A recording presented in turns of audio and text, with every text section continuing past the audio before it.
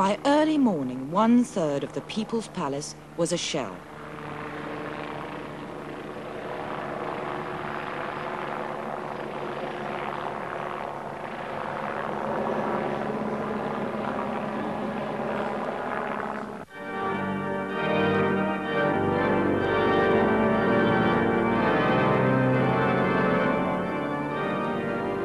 Of the great exhibition hall, only the iron strut still stood. Its famous 32-foot-high organ, behind which the fire is believed to have started during restoration work, might never have been.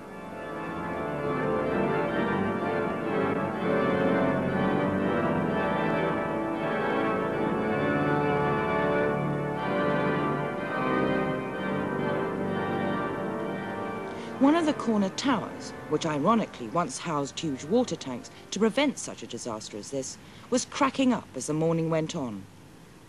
Firemen had stopped the fire spreading, but continued to dampen down the smoke, hampered by the shortage of water on the hill. Oddly, it was only 16 days after it opened in 1873 that the palace was first destroyed by fire. But when it was rebuilt, the monumental complex of halls, dining rooms, galleries, courtyard, for all kinds of Victorian fun and games, including their early version of hang gliding. Then, in the mid-1930s, it saw the start of a more modern form of entertainment, as commentator Leslie Mitchell describes. The BBC was ready to tell the world that the first television programs were going on the air to Radio Olympia from Alexandra Palace. Mr. Mitchell, that was you talking 40 years ago. How are you feeling now you see this today? Desolate, rather like the background. I'm very happy that the old studios, which I had so much to do with, haven't gone too, but all this was part of 1936 to 39, which I call the start of television. What about your memories of the kind of things you were doing, the kind of things that went on here?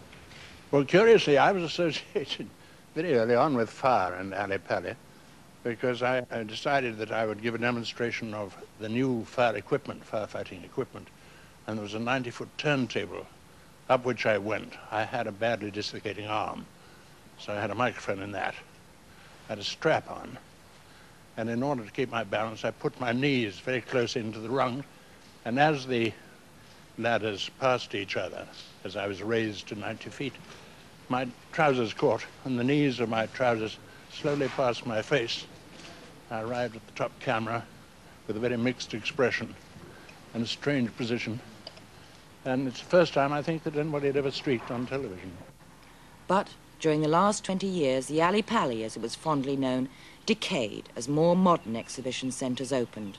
But it was shortly to have been given a new life. Ironically, Haringey Council was about to spend millions on renovating Alexandra Palace. But now, with the Great Hall gutted and this tower about to fall down or be pulled down, what future can there be for this famous London landmark?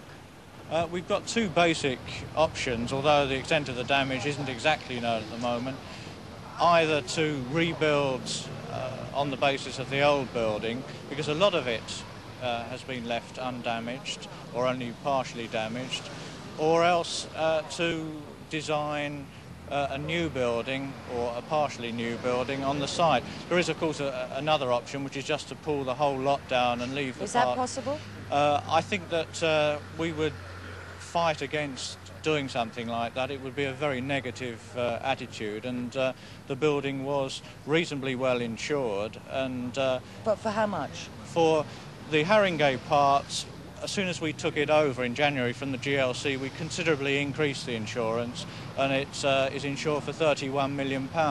So actually you've ended up that you've got much more money than you had before to do something with Ali Pali. I don't think it's really like that, and I don't see this in any way as good news, because really a building of this size, to start all over again or to rehabilitate the whole place with all the damage that's been done with inflation and so on, I think, although it was well insured to the fullest extent we could have got it insured, I think we would have problems getting a really good place there for the amount of money we're going to get. Have you got much information now about exactly how it started?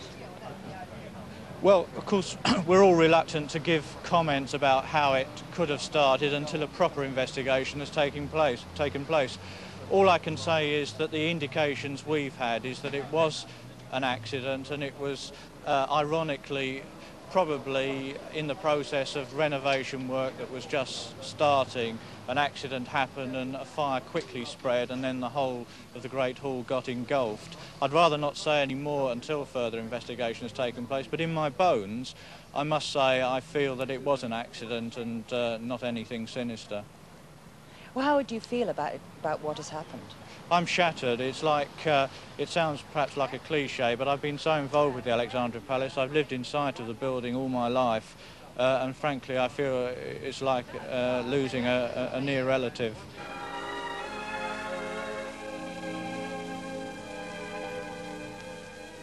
Only the echo will be heard of an exciting era in our history. Thank you, Ali Palace.